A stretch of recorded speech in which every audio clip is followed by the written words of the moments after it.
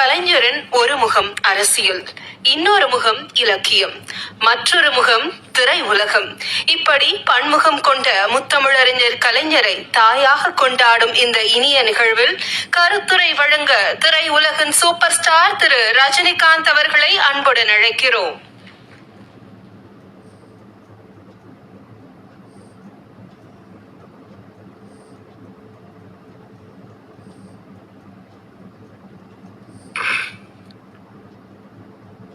மதிப்புக்கும் மரியாதைக்குரிய என்னுடைய பாசத்திற்குரிய, இப்போதான் கொஞ்ச நாள் அரசியலுக்குள்ள நுழைந்து கடினமா உழைச்சி பேச்சில் தனக்குன்னு ஒரு பாணியை உருவாக்கி கொண்டு மக்கள் மத்தியில், தொண்டர்கள் மத்தியில் அருமையான பேரு புகழ் பெற்று தனக்கு ஒரு நல்ல அரசியல், நல்ல எதிர்காலம் இருக்கு அப்படிங்கிறது நிரூபித்துக் கொண்டிருக்கும் என் அன்பு தம்பி உதயநிதி ஸ்டாலின் அவர்களே, என்னுடைய அருமை நண்பர், ரொம்ப காலத்து அருமை நண்பர் இந்து ராம் அவர்களே, இந்து பத்தி உங்களுக்கு வந்து சொல்ல வேண்டிய அவசியம் இல்லை. ஒரு பாரம்பரியமிக்க ஒரு பத்திரிகை, 100 ஆண்டுகள் மேல ஆயிடுச்சுன்னு நினைக்கிறேன். இந்தியாவிலேயே வந்து அந்த இந்து பத்தி தெரியாதவங்க யாருமே இருக்க மாட்டாங்க. ஸோ இந்து பத்திரிகையில வந்தா அது வந்து சுப்ரீம் கோர்ட் ஜட்ஜ்மெண்ட் மாதிரி, அதுல வந்து அவ்வளவுதான், அது வேற விஷயமே இருக்காது. அந்த ஒரு விஷயத்த சொல்லும்போது ஒரு எவ்வளவு ஆராய்ச்சி செய்து அது போடுறாங்க அப்படின்னு சொன்னா அது வந்து எவ்வளவோ அதை பத்தி நம்ம பேச முடியும். அண்ட் ராம் அவர்கள் அந்த குடும்பத்தை சேர்ந்தவர், அந்த இந்துவுக்கு வந்து எடிட்டராக இருந்தவர். அவர் வந்து ரொம்ப துணிச்சல் மிக்க மனிதர். ஏவா வேலு அவர்கள் சொன்ன மாதிரி அவருக்குன்னு ஒரு சித்தாந்தம் வச்சு அது வந்து அவருக்கு எதுன்னு சரிப்படுதோ அது யாருக்கும் பயப்படாம எப்பவுமே பேசுபவர், எழுதுபவர் ராம் அவர்களே. குண்டத்துறை அடிகளார் அவர்கள் இப்பதான் நான் முதல் தடவை அவரை வந்து நேரடியாக நான் பார்க்கிறேன். ஒரு கிராஜுவேட், சரியா ஒரு 15 கல்வி நிறுவனங்களை வந்து மேல்பார்வையை பார்க்கிறாரு. எங்கே வந்து ஒரு மழை வந்தாலோ, எங்கே வந்து ஒரு நிலசரி வந்தாலோ, மக்கள் கஷ்டப்படும் போது முதல்ல வந்து அங்கே போய் நின்றுட்டவங்களை வந்து சேவை செய்யறாங்க.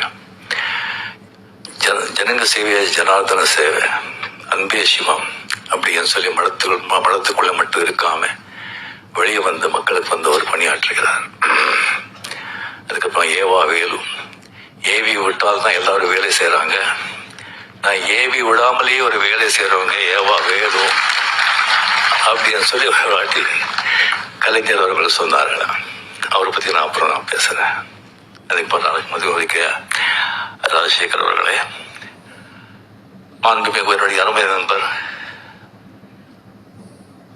மாண்புமிகு தமிழக முதலமைச்சர் மு.க. ஸ்டாலின் அவர்களே, இங்கே வருகை தந்திருக்கும் அமைச்சர் பெருமக்களே, சட்டமன்ற உறுப்பினர்களே, IAS, IPS மற்றும் அறிவார்ந்த மக்களே, இங்க வந்த பிறகு இப்பதான் ராம் கேட்டார், நீங்க பேசுறீங்களா அப்படின்னு. என்ன பண்றது, பேசித்தானே ஆகணும் அப்படின்னு சொல்லியிருந்தேன். இந்த மாதிரி அப்படின்னு சொன்னா நான் முதல்ல சொல்லியிருப்பேன், நான் பேசிருக்க மாட்டேன், கொஞ்சம் விட்டுடுங்க அப்படின்னு. ஏன்னா நம்ம வந்து எப்பவோ ஒரு வாட்டி நம்ம பேசுறது, அந்த பழக்க கூட பேசி பேசி எல்லா பேச்சாளர்கள் தான், அறிவாளர்கள் தான். ஸோ அந்த அறிவார்ந்தவர்கள் இருந்த சபையில வந்து நீ பேசாம இருக்கிறது தான் ரொம்ப அறிவாளித்தனம் அப்படின்னு சொல்லுவாங்க. இப்ப என்ன பண்றது, நான் பேசிதான் ஆகணும். ஸோ ஏதாவது கொஞ்சம் தப்பா இருந்தா தயவு செய்து மன்னிச்சிங்க. ஸோ முதல்ல வந்து இந்த கலைஞருடைய 100ஆண்டு வெற்றி விழா, அவருடைய உடன்பிறப்புகள், முதலமைச்சவர்கள், அவருக்கு இந்த ஆண்டு பூரா அந்த கொண்டாடின விதம் இருக்கு. எத்தனை மாவட்டங்கள், எத்தனை விதமா உலகத்திலேயே எந்த ஒரு அரசியல் தலைவருக்கும் இந்த மாதிரி யாருமே நூற்றாண்டு கொண்டாட்டங்கள் கொண்டாட மாட்டாங்க, கொண்டாட போவதும் இல்லை. எந்த அளவுக்கு அவர் மேல ஒரு அன்பு, ஒரு ஒரு ஒரு பாசம் இருந்தா அது பேசுறவங்களுக்கும் சரி கேட்கறவங்களுக்கும் சரி கொஞ்சம் கூட சலிப்பு தட்டாம என்னமோ ராமாயணம் மகாபாரதம் கதை பிரவச்சனம் கேட்கிற மாதிரி ஒரு பக்தர்கள் தான் அந்த மாதிரி வந்து கேட்பாங்க. அது வந்து முன்னிலை நடத்தி முதலமைச்சர் அத்தனை வேலை இருந்தா கூட எத்தனையோ விழாக்கள் அவரே கலந்து கொண்டு தலைமை தாங்கி விழாக்கள் நடத்திருக்காங்க. ஸோ நாம எல்லாருமே வந்து வெளியே பார்க்குறோம். ஸோ வெளியே வந்து நல்லவங்க எல்லாம் வீட்லேயும் நல்லவங்களா இருக்கணும்னு சொல்ல முடியாது. வெளியவங்களுக்கு எவ்வளோ மரியாதை இருந்தால் கூட வீட்டில் கூட அதிக மரியாதை இருக்குன்னு சொல்ல முடியாது. ஸோ அவரு கூடவே பிறந்ததில் இருந்து வளர்ந்து இருக்கும்போது 24 hours எந்தெந்த தருணத்தில் எந்தெந்த இதில் முக ஸ்டாலின் அவர்கள் அவள் அப்பாவே பார்த்துருப்பாங்க. எவ்வளோ வேதனைகள் எவ்வளோ கஷ்டங்கள் என்ன இருந்தோ கூட பொது வாழ்க்கையில் காட்ட முடியாது. எல்லாரும் மனிதன் தானே. அது வீட்டில் தான் காட்ட முடியும். அது வீட்டில் வந்து அது எப்படி சமாளிச்சிருப்பாரு. மற்றவங்க வந்து இவர் வந்து கஷ்டப்பட்டா கூட மற்றவங்க கஷ்டப்படும் போது அவர் எல்லாம் அவர் எப்படி வந்து தட்டி கொடுத்துருப்பாங்க. ஒரு தலைவனா வந்து சமுதாயத்தில் அவங்களுடைய உறுப்பினர்களுக்கு மட்டும் இல்லை, உடன்படுகளுக்கு மட்டும் இல்லை, வீட்டில் கூட ஒரு அந்த மாதிரி ஒரு தலைவனா இருந்தாதான் அவருக்கு வந்து ஒரு பாசம், பக்தின்னு சொல்லலாம். நம்ம படியப்பா பிரிவுக்கு வந்து போட்டிருந்தோம் அந்த தேவி படத்துல. ஸோ பின்னாடி வந்து மீன் 34 சார், மீன் கலைஞர் சார், இவருக்கு சிங் அவர்கள் வந்து சிங்கிளாக உட்காந்துருந்தாங்க. நான் வந்து ஸ்டாலின் சார் எங்கே பார்த்தோம் சொன்னா முன்னாலே வந்து ஒரு 7 முன்னாலே போய் உட்காந்துருக்காங்க. ஸ்டாலின் சார் இங்கே வாங்க சொன்னோம். ஐயோ இல்லை அப்படின்னு அவ்வளோ ஒரு மரியாதை, ஒரு ரெஸ்பெக்ட். அண்ட் இப்போ அவர் வந்து முதலமைச்சர் பதவி வகித்த பிறகு ஸோ இதை வந்து நான் வந்து இப்போ இங்கே விழா போகிறதுக்கு முதல்ல வந்து என்ன பேசணும் அப்படின்னு சொல்றதை விட எதையும் பேசக்கூடாது அப்படின்னு சொல்லி லிஸ்ட் போட்டு எடுத்தேன். ஏவவேல் அவர்கள் முதல்ல சொன்னாங்க, இது வந்து அரசியல்லே கிடையாதுங்க, அரசியல் மற்ற சம்பந்தமே கிடையாது, நீங்க வந்து இது மாதிரி கூப்பிட்டுருக்கோம், நீங்க இது பண்ணணும் அப்படின்னு சொன்னாங்க. ஸோ கலைஞர் சார் அப்படின்னு சொல்லி வரும்போது கம்ப்ளீட் சினிமா, இலக்கியம், அரசியல், இந்த 3 தான். எனக்கு சினிமா பத்தி அவரை பத்தி தெரியும், அதை பத்தி நான் நிறைய பேசியிருக்கேன். இலக்கியத்தை பத்தி அவருக்கு எனக்கு சரியா வந்து அவ்வளவு தெரியல. அவருடைய இலக்கியங்கள், அவருடைய கவிதைகள், அவருடைய கதைகள் ஜாஸ்தி நான் படிச்சது இல்லை. வேற ஒரு அரசியல் தான். அது இவங்க பேசினா வந்து ரொம்ப ஜாகிரதையா பேசணும். இங்க வந்து நம்ம மதிப்புக்குரிய நண்பர் ஸ்டாலின் சார் அவர்கள் முதலமைச்சரான பிறகு அவர் சந்திச்ச எல்லா தேர்தல்களையும், பார்லிமெண்ட் தேர்தல் உட்பட மிகப்பெரிய வெற்றி அடைஞ்சதுக்கு அதே வந்து சொல்லும் அவருடைய ஆளுமை, அவருடைய உழைப்பு, அவருடைய அந்த அரசியல் ஞானம், அதே வந்து அவர்கிட்ட சொல்லும். அவர் ரியலி நீங்க வந்து எவ்வளவோ நீங்க பார்த்துருப்பீங்க. ஒரு ஸ்தாபன ஒரு கழக ஒரு பார்ட்டி ஸ்தாபனர் ஆகட்டும், அவர் தலைவர் ஆகட்டும், அவர் வந்து மறைஞ்ச பிறகு அதுக்கப்புறம் வர்ற ஒரு சந்ததிங்க வந்து அதை கட்டி காக்குறதுக்கு எவ்வளோ கஷ்டப்படுறாங்க, எத்தனை பேர் ஃபெயில் ஆயிருக்காங்க, எவ்வளோ திண்டாடிட்டு இருக்காங்கன்னு சொல்லி பக்கத்து மாதத்தில் நடக்கிறதெல்லாம் நீங்கள் எல்லாம் கேள்விப்பட்டிருப்பீங்க, பார்த்துட்டு இருப்பீங்க. அது எவ்வளோ சர்வ சாதாரணமாக அவர் செஞ்சு போயிட்டு இருக்காரு.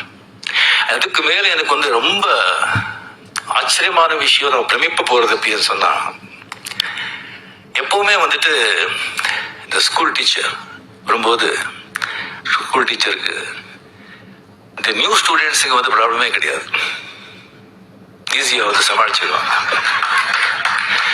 பழைய ஸ்டூடெண்ட்ஸுங்க இருக்க பாருங்க, அவங்கள சமாளிக்கிறது சாதாரண விஷயம் இல்லை. இங்க ஏகப்பட்ட பழைய ஸ்டூடெண்ட்ஸ், நான் அங்கே பார்த்து சொல்றேன். ஏகப்பட்ட பழைய ஸ்டூடெண்ட்ஸ். அது சாதாரணமான பழைய ஸ்டூடெண்ட்ஸ் இல்லை.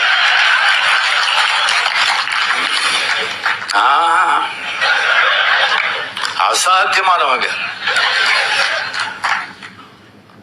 எல்லாருமே ஃபெயில் ஆயிட்டாங்க. இல்ல ஒரு ரேங்க் வாங்கிட்டு அந்த கிளாஸ் விட்டு போக மாட்டோம்னு உட்காந்துருக்காங்க.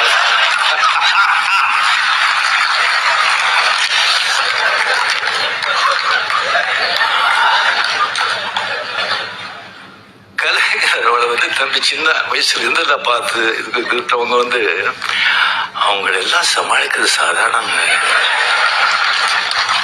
ஒருத்தர் கேட்டாங்க, துரைமுருகன் சொல்லி ஒருத்தர் இருக்காரு. கலைஞர் கண்ணிலேயே மருளிட்டு ஆட்டினவர்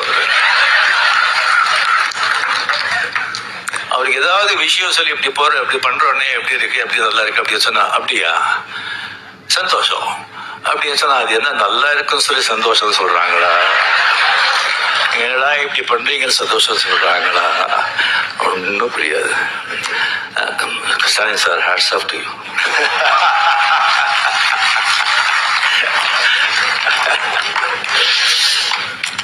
ஸோ இந்த புத்தகத்தை, இந்த அருமையான ஒரு புத்தகத்தை அவர் வெளியிடுறது மிக மிக சந்தோஷம். அது அவர் கையால இந்த அருமையான புத்தகத்தை நான் வாங்குறதுல நான் பெருமைப்படுறேன்.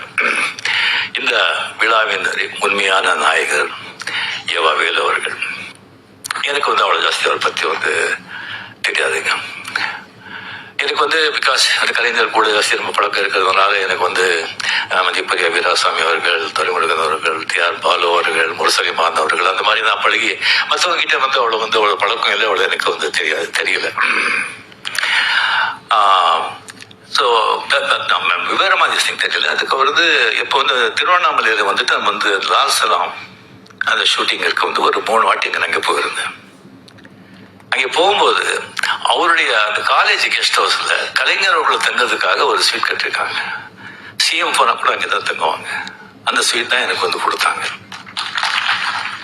அங்கே கொடுத்து எனக்கு எப்படி பார்த்துக்கிட்டாங்கன்னு சொன்னா, ஒரு சொந்த புள்ள அந்த மாதிரி ஒரு அன்பா அவருடைய பையனையும் அங்கே வச்சுட்டு கம்ப்ளீட் அந்த காலேஜ்ல எப்படி இருக்குன்னு சொன்னா, மை காட், நீங்க யாரும் பார்க்கணும். அவ்வளோ ஒரு கிளீன், நீட், ஒரு கம்ப்ளீட்டா ஒரு டிசிப்ளின். அத்தனை ஸ்டூடெண்ட்ஸ் இருப்பாங்க, ஒரு சத்தம் இருக்காது. அவங்க அத்தனை பேர் இருந்தா கூட யாருமே இருக்கும்போது ஒருத்தர் கூட டிஸ்டர்ப் பண்றது. ஃபேன்ஸ் ஆகட்டும், ஸ்டூடெண்ட்ஸ் ஆகட்டும், அவ்வளோ பெரிய ஸ்ட்ரிக்ட் கரெக்டர். அங்கே ஒரு சமையல்காரர் இருக்காரு, ஒரு மீன் குழம்பு பண்ணாரு. வாழ்க்கையில அந்த மாதிரி சாப்பிட்டதே கிடையாது. இது ஐயா சாப்பிட்றாரு சொன்னா இல்லைங்க, அவர் சாப்பிட மாட்டாரு. அவர் அவர் சாப்பாடு நீங்க பார்த்தா கடும் ஏழையை விட மோசமா சாப்பிடுறாரு. அதனாலதான் உடம்பு நல்லா இருக்கு. ஸோ அந்த மாதிரி அவர் பார்த்துக்கிட்டு அவர் 2 வாட்டி கிட்ட பார்த்து சிஎம் எல்லாம் தலைவர் கேட்டுட்டே இருக்காங்க, எப்படி இருக்கு சார், நல்லா இருக்காரா, கரெக்டாக பார்த்துக்கிறாங்களா அப்படின்னு கேட்டுட்டு இருக்காங்க. எல்லாம் சரியா இருக்கா, அவங்க என்னங்க இதை விட என்ன வேணும் அப்படின்னு சொல்லி அவருக்கு ஒரு கைமாறா நான் என்ன பண்றது அப்படின்னு சொல்லி ஒண்ணுமே எனக்கு புரியல. நல்ல வேலை அவர் உங்களை பார்க்கணும் அப்படின்னு சொல்லி வந்தாங்க. நான் ஏதோ ஒரு கல்யாணத்துக்கோ சம்திங் இருக்கோம் சொல்லி வரும்போது இந்த புத்தகத்தை பற்றி சொன்னாங்க. இல்லைன்னா டெஃபினெட்லி நான் கொஞ்சம் கொஞ்சம் நான் அவாய்ட் பண்ணுவேன். இது மாதிரி சொன்னாங்க. இந்த புத்தகத்தை நான் எழுதியிருக்கேன். அது ரொம்ப நாளாச்சு அது எழுதி. நான் கலைஞர்கிட்ட கேட்டேன், இந்த மாதிரி ஒரு புத்தகம் எழுதியிருக்கேன்னு சொல்லி. யாரு கேட்டு யாரும் எழுதுற புக்கம் இருக்கிற வேறு வேலையே கிடையாதா அப்படின்னு சொன்னாங்க. இல்லை எழுதிட்டேன், நான் ஒரு 3 தலைப்பு இருக்கு, அந்த தலைப்பை நீங்க தான் செலக்ட் பண்ணி கொடுக்கணும் அப்படின்னு. அது கலைஞர் ஒரு அன்னை, அந்த கலைஞர் செலக்ட் பண்ண தலைப்பு கரெக்டான. அருமையான ஒரு தலைப்பு. இப்போ எல்லாரும் அந்த மார்க்ஸ் கார்கே ஒரு எழுத்தின அந்த தாய் மதர் அந்த புத்தகத்தை பற்றி எழுத்துனாங்க. அது ஒரு காவியம். அந்த மாதிரி ஒரு புத்தகத்தை யாரும் படிக்கிறவங்க படிச்சா வாழ்க்கையில மிகப்பெரிய நீங்க மிஸ் பண்றீங்க. தயவு செஞ்சு அந்த புத்தகத்தை படிங்க. ஒரு ஆடளித்த வர்க்கத்துக்கும் ஒரு தொழில் வர்க்கத்துக்கும் நடக்கிற போராட்டம், புரட்சி. அந்த பாவேல் அப்படிங்கிற அந்த பையனை அந்த தாய் எப்படியெல்லாம் காப்பாத்துறான், எப்படியெல்லாம் அவனுடைய புரட்சி போராட்டத்துக்கு உதவி செய்யறா, எவ்வளவு சோதனைகளை சந்திக்கிறா அப்படிங்கறத நீங்க படிச்சா அந்த மாதிரி ஒரு காவியம். சோ அதுலதான் கலைஞர் வந்து சொல்லியிருக்காரு. இந்த புத்தகத்தை வந்து 3 வாட்டி படிக்கும்போது என்னுடைய தாயை நினைச்சு நான் வந்து கண்ணீர் விட்டேன் அப்படின்னு. ஸோ அவர் கூட வந்து படிப்பு சரியா போகாம போராட்டங்கள், சமூக நீதி, சமூக அப்படின்னு சொல்லிட்டு 13-14 வருஷத்துல இருக்கும்போது அவர் தாய் வந்து அவருக்கு எவ்வளவு வந்து உதவியா இருந்தாரு அப்படிங்கிறது அவர் வந்து அதுல வந்து அவர் சொல்லியிருக்காரு. ஸோ இது வந்து வேலு அவர்கள் கம்ப்ளீட்லி அதான் முதல்ல வந்து நம்ம நினைவு மட்டத்துக்கு வந்து ஸ்டாலின் சார் தான் கூட்டிட்டு போறாங்க. அந்த உள்ள நான் போறது கிடையாது. அன்னைக்கு ஃபுல் மூண்டே வேற எப்படி கட்டிருக்காங்கன்னு சொன்னா அது ஈவா வேலு அவருடைய அவர் பார்வையில வச்சுதான் அது கட்டுக்காங்க. சொன்னாங்க சும்மா தாஜ்மஹால் மாதிரி. அதே மாதிரி கலைஞர் சார் பிறந்த அந்த ஊர்லயே வந்து ஒரு கலைஞர் கோட்டம் சொல்லி அந்த மாதிரி கட்டிருக்காங்கன்னு சொல்லியிருக்காங்க. அதுவும் நான் வந்து நான் பாக்குறேன். எந்த வேலை கொடுத்தாலும் அது வந்து கச்சிதமா செய்யற ஒரு வேலு. இந்த புத்தகத்தை வந்து இந்த புத்தகத்தை முதல்ல நான் பார்த்த உடனே வந்து மிக மிக மிக அருமை. உள்ள இருக்கிற பிக்சர்ஸுங்க ஆகட்டும், அந்த பேஜ் ஆகட்டும், புத்தகத்தோட அந்த வடிவாகட்டும், அட் த சேம் டைம் இப்போ வந்து அந்த ஸ்ரீராம் சொன்ன மாதிரி, அடிகால் சொன்ன மாதிரி அது வந்து அது குரல், அது கலைஞர்களுக்கு வந்து குரல், திருக்குறள் எவ்வளவு பிடிக்கும் அப்படிங்கிறது எல்லாருக்குமே தெரிஞ்சது. அந்த குரலை வந்து ஒன்னொன்னு எழுதி அதுக்கப்புறம் வந்து கலைஞருடைய அது வந்து அதனுடைய விளக்கத்தை கொடுத்து அந்த குரல் மாதிரி கலைஞர் எப்படி வாழ்ந்தார் அப்படிங்கிறது ஒரு அத்தியாயமா பண்ணியிருக்காங்க. அதனால ஒரு காவியம் ஆயிருக்கு, அருமையான ஒரு காவியம். ஸோ அது வந்து முன்னுரை கூட நீங்க வந்து அடிகால் சொன்ன மாதிரி சிஎம் அவர்கள் மிக அருமையாக எழுதியிருக்கார். அந்த முன்னுரை அருமையான புத்தகம். பட் என்னன்னா விலை தான் ஜாஸ்தி, 1000 ரூபாய். பட் அந்த குவாலிட்டி கொஞ்சம் டிஃப்ரெண்டா அது தேவை. பட் எல்லாரும் அதை படிக்கணும். நெக்ஸ்ட் பண்றது எல்லாம் கொஞ்சம் கம்மி விலை பண்ணா எல்லாரும் நிச்சயமா அதை வந்து படிக்கணும்னு சொல்லிட்டு நான் வந்து லைக் பண்ணிக்கிறேன். ஸோ இந்த காவிய நாயகன் என்னுடைய அருமை நண்பர் அமரர் கலைஞர்களை பத்தி நான் என்னத்தனை பேசுறது, படங்கள் அவர் பண்ண படங்களை பத்தி நான் வந்து பேசிட்டேன். அதுக்கப்புறம் வந்து அவருடைய நான் சொல்ல இலக்கியத்தை பத்தி அவ்வளவு ஜாஸ்தி எனக்கு தெரியாது. அண்ட் அரசியல் வாழ்க்கை பத்தி எல்லாருக்குமே உங்களுக்கு தெரியும். அவர் அரசியல் வாழ்க்கை இப்போ வந்து ராஜ்நாத் சிங்கை வந்து அவரை பத்தி 1/2 hour அவர் பேசிருக்காங்கன்னு சொன்னா அது ராஜ்நாத் சிங் மட்டும் பேசிருக்க மாட்டாங்க, மேல இருந்து ஒரு உத்தரவு வந்து இருக்கும். ஸோ அவர் வந்து எல்லாராலையும் வந்து இந்த மாதிரி ஒரு பாராட்டி மகிழ்ற ஒரு மனிதர். அபூர்வம், ரொம்ப அபூர்வம். எல்லாரும் நம்ம பிறக்கூடாது 90% 95% வந்து பிறந்து இந்த குலம், இந்த ஜாதி, இந்த மதம், இந்த பேரு, பொண்டாட்டி, புள்ளை, ஒரு 10-25 உறவினர்கள், ஒரு ஆபீஸ்ல வேலை செஞ்ச ஒரு 10-20 பேர், மொத்தமே ஒரு 50 பேர் அதுக்குள்ள வாழ்க்கை முடிச்சிடும். அந்த 50 பேரை வந்து சந்தோஷப்படுத்து, 50 பேர் முன்னாலே நல்லா வாழணும், சந்தோஷமா வாழணும் அப்படின்னு சொல்லி அதே போராடி செத்து போறோம். பல சில பேர் தான் சமூகத்துக்கு, ஒரு இனத்துக்கு, சமூக நன்மைக்காக போராடணும், பாடுபடணும் அப்படிங்கிறது ஒரு சில பேர் தான். அது கலைஞர் அதில் ரொம்ப முக்கியமானவர். அவர் சந்திச்ச சோதனைகள், விமர்சனங்கள் வேற யாராவது இருந்தா காணாம போயிருப்பாங்க. விமர்சனங்கள் வேணும், தேவை. அது ஒரு மழை மாதிரி இருக்கணும், புயல் மாதிரி இருக்கக்கூடாது. புயல் மாதிரி இருந்தா சரியான மரங்களே சாஞ்சி போயிடும். ஆனா இது ஆலமரம், வேறு ரொம்ப ஸ்ட்ராங். அவருடைய உடன்பிறப்புகள், அந்த வேறு ரொம்ப ஆழம், ரொம்ப ஸ்ட்ராங். அந்த மரம் அந்த மாதிரி ஒரு ஊக்குவிச்ச மரம், அதை யாராலையும் அசைக்க முடியாது. இல்லைன்னா 12-13 வருஷம் ஆட்சியில் இருந்தால் கூட ஒரு கட்சியை காப்பாற்ற முடியுமா? 5 வருஷம் இல்லையான்னு சொன்னாலே திண்டாடுறாங்க. சாதாரண விஷயம் இல்லை. ஸோ அவரை பத்தி வந்து போக போக பெரிய இந்த மாதிரி பெரிய பெரிய மகான்களேன்னு சொல்லலாம். அவர் சத்த பிறகு இன்னும் புகழ் ஜாஸ்தி ஆகிட்டே இருக்கும். உங்களுக்கு தெரியும், பாரதியார் செத்தப்போ 15 பேர் இல்லை. இப்போ என்ன புகழ், என்ன இது, அந்த மாதிரி நாளுக்கு நாள் ஜாஸ்தி ஆயிட்டே இருக்கும். அவர் கூட இன்னும் எத்தனையோ புத்தகங்களும் வந்துட்டு இருக்கும். அவரை பத்தி படமும் எடுக்கணும்னு சொல்லி எனக்கு வந்து நான் கேட்டுக்கிறேன். ஸோ அவருடைய மிகப்பெரிய அதிசயம் வந்து எந்த விமர்சனம் வந்தால் கூட வந்து ஒரு பழைய ஒரு பத்திரிகை நண்பர் அவர் வந்து கலைஞர் வந்து நிறைய இன்டர்வியூ பண்ணியிருக்காங்க. அவர் என்கிட்ட ஒரு வாட்டி சொன்னார், விமர்சனங்கள் எப்படி அவர் எடுத்துக்கிறாங்கன்னு சொன்னா, அந்த விமர்சனம் வந்து அந்த விமர்சனம் யார் எழுதுனது அப்படின்னு சொல்லி வந்து பார்ப்பாங்க. அவனுடைய தராதரம் பார்ப்பாங்க, அவனுடைய பேக்ரவுண்ட் பார்ப்பாங்க, அவன் யாராவது ஏவி விட்டு எழுதுறானான்னு பார்ப்பாங்க, இல்லை பணம் கொடுத்து வருடான்னு பார்ப்பாங்க, அவனுடைய ஞானம் என்னன்னு பார்ப்பாங்க. அதை பார்த்துட்டு அது அப்படின்னு சொன்னா நெக்ஸ்ட் வந்து அதை வந்து பார்க்கவே மாட்டாங்க. அதை பத்தி அவன் எழுதுறான் பார்க்கவே மாட்டாங்க. நல்ல அறிவார்ந்து கரெக்டா திசை கிரிட்டிசைஸ் பண்ணி கரெக்டா வந்து சிங்கல் பண்ணா அதை வந்து தப்புறாம அதை வந்து படிப்பாங்க. படிச்சுட்டு ஏதாவது தப்பு இருந்தா அவர்கிட்ட வந்து கேட்பாங்க, நான் இதனால தான் இதை பண்ணேன், இதனால தான் இதை செஞ்சேன் அப்படின்னு சொல்லி அவர் கேட்பாங்க. அது ஒரு மிகப்பெரிய ஒரு குணம். இப்போ வந்து விமர்சனம் செய்யறாங்க, விமர்சனம் செய்யுங்க, பட் மனசை யாரையும் நோகடிக்காதீங்க. ஸோ இதுக்கப்புறம் வந்து அவர் வந்து பிரஸ்ஸை வந்து சந்திக்கிறது, இப்ப யார் பிரஸ்ஸை சந்திக்கிறாங்க? யாரும் சந்திக்க மாட்டாங்க. அவ்வளவு கஷ்டம், அவ்வளவு ஈஸி இல்லை. பட் பிரஸ்ஸை வந்து பார்த்தா சந்திக்கிறதுக்கு வந்து கலைஞர்களுக்கு வந்து ஒரு யானை கரும்பு மாதிரி பிரஸ்ஸுக்கு பார்த்தாலே போதும், அவர் தெரியாமலே ஒரு சிரிப்பு வரும் ஒரு கையை தானே. இவன் அந்த பத்திரிகையாளர்கள் கூட அது எதிர்கட்சி வந்து அவரோட ஆளு இருக்கலாம், அவனுக்கு கூட ஏதாவது பதில் கேட்கும் போது அவ்வளவு சந்தோஷமா அது வந்து அவ்வளோ வந்து ஸ்பான்டேனியஸா, அவ்வளோ ஞானமா, அவ்வளோ வந்து தெளிவா, நக்கலா, எங்க எதை சொல்லணும் சொல்லிட்டு சும்மா சொல்லிட்டு அப்படி போயிட்டே இருப்பாங்க. அதெல்லாம் வந்து யாருக்கும் அந்த சர்வ சாதாரணமான ஒரு விஷயம் இல்லை. அண்ட் பேச்சாளர், எத்தனையோ பேச்சாளர் இருக்காங்க. சில பேச்சாளர் பொதுவா வந்து இங்க பேச்சாளர் நல்ல பேச்சாளர் அப்படின்னு சொன்னா அங்கங்க கேப் கொடுப்பாங்க, சில இடத்துல அழுத்துவாங்க, சில இடத்துல ரோஷமா பேசுவாங்க, சில இடத்துல சோகமா பேசுவாங்க, சில இடத்துல கர்ஜிப்பாங்க.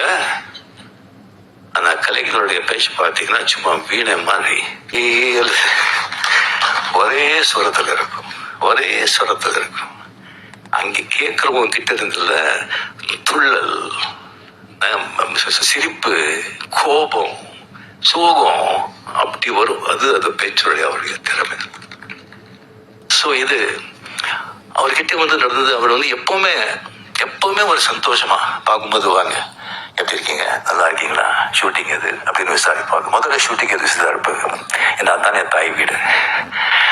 ஸோ விசாரிப்பாங்க சந்தோஷமா. எப்பவுமே 2 தடவை அவர் வந்து சோர்ந்து போய் ரொம்ப சோகமா வாங்க அப்படின்னு சொன்னது. ஒன்று முரசொலி மாறன் அவர்கள் அப்போலோ ஹாஸ்பிட்டல் அட்மிட்டா இருக்கும்போது அங்கே வந்து அந்த ரூம்ல வந்து உட்காருக்கும் போது ரொம்ப சோகமா இருந்தார். 2வது தடவை வந்து செக்ரட்டரியேட்ல வீரப்பன் ராஜ்குமார் எடுத்துட்டு போகும்போது அப்போ வந்து வாங்க, ரொம்ப சோகமா இருந்தாரு. இப்படி பண்ணிட்டாங்க, என்ன பண்றது அப்படின்னு சொல்லி அந்த 2 டயத்துல தான் அவர் தான் பார்த்தது. மிச்ச டயத்துல வந்து அவர் சிஎம் இருந்தாலும் ஒண்ணுதான், சிஎம் இல்லைன்னாலும் ஒண்ணுதான். இப்போ சிஎம் இல்லைன்னா எந்த வித்தியாசமும் தெரியாது. சிவாஜி படம் நீங்க எல்லாரும் பார்த்துருப்பீங்க. மொத்தம் வந்து அரசியல்வாதிகளை சாடி அரசியல்வாதிகளை விமர்சனம் பண்ணி, அரசாங்கத்தை விமர்சனம் பண்ணி, லஞ்சத்தை பத்தி சொல்லி அதை எடுத்த படம் அது. அந்த கதை தெரிஞ்சிருந்தும் சிஎம் அவர்கள் வந்து அந்த படத்தை பார்த்தாங்க. படத்தை பார்த்த பிறகு வைரமுத்து அவர் கூட படத்தை பார்த்தாரு. பார்த்த பிறகு வைரமுத்து அவர்கள் சொன்னாங்க, சார் உங்களுக்கு ரொம்ப தைரியம், இந்த மாதிரி படம் எடுத்து சிஎம் பக்கத்திலேயே உட்காந்து பாக்குறீங்களே அப்படின்னு. படத்தை பார்த்து சிஎம் கலைஞர் அவர்கள் சொன்னாங்க, அப்படியே பார்த்து நமக்கு இதெல்லாம் ஒழிக்கணும், நல்லது பண்ணணும்னு ஆசை அப்படின்னு சொல்லி பெரும் மூச்சுட்டார். பல 1000 விஷயங்கள் இருந்தது. அதுக்கப்புறம் வைரமுத்தவர்கள் சொன்னேன், நான் பார்த்தது முக்கியம் இல்லைங்க, இதுக்கு வந்து வெற்றி விழாவுக்கு நான் கலந்துக்கிறேன்னு சொல்லியிருக்காங்க. அது தைரியம். அங்கே வந்து அதில் கலந்து கொண்டு எல்லாரையும் புகழ்ந்து எல்லாருக்கும் கேடியை கொடுத்து அவ்வளவு சந்தோஷப்பட்டாங்க. அவர் வந்து எனக்கு உடம்பு சரியில்லை, அப்போ ஹாஸ்பிட்டல் திங்க இருந்தேன். எந்திரிச்ச உடனே கொஞ்சம் மூச்சு திறன் ஹாஸ்பிட்டல் இருக்கும்போது மார்னிங் நான் பார்க்குறேன், மஞ்சள் நெல்லி போட்டு அந்த வண்டியில் வந்து அப்படியே நிற்கிறாங்க முன்னால. எனக்கு ஒன்றும் தெரியல. கொஞ்சம் அப்படியே கிட்ட வந்தாங்க. கிட்ட வந்து என் கை பிடிச்சிட்டு கண்ணில் தண்ணி வெளியே வருதுங்க. நான் என்ன பண்ணேன், எவ்வளோ ஒரு அன்பு பாசம். கொஞ்ச நாள் பழகுறவங்களுக்கு எது சொன்னா நீங்களா அவங்க கூடவே இருக்கும் போதெல்லாம் அவங்களுக்கு எப்படி இருக்கணும், உயிரே கொடுத்துடலாம். அவளை கண்ணில் தண்ணி வச்சுட்டு கையில அப்படியே தடவுனாரு. அந்த கை வந்து அந்த பூவை விட அவ்வளோ சாஃப்டா இருக்குங்க, அவ்வளோ சாஃப்ட். என் வாழ்க்கையிலேயே வந்து அவர்கிட்ட அந்த கண்ணீர், அந்த ஸ்பர்ஷம் என்னால் மறக்கவே முடியாது.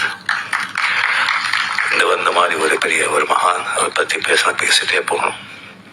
ஸோ அந்த ஒரு அருமையான ஒரு புத்தகத்தை வந்து எனக்கு வந்து அதை வெளியிட்டு அது எனக்கு வாங்குற அந்த வாய்ப்பு எனக்கு கொடுத்ததுக்கு எல்லோர்களுக்கு மனமார்ந்த நன்றி. சிஎம் அவர்களுக்கு மனமார்ந்த நன்றியை தெரிவித்துக் கொண்டு என் பேச்சை முடிச்சுக்கிறேன். ஏதாவது தவறாக இருந்தால் செஞ்சு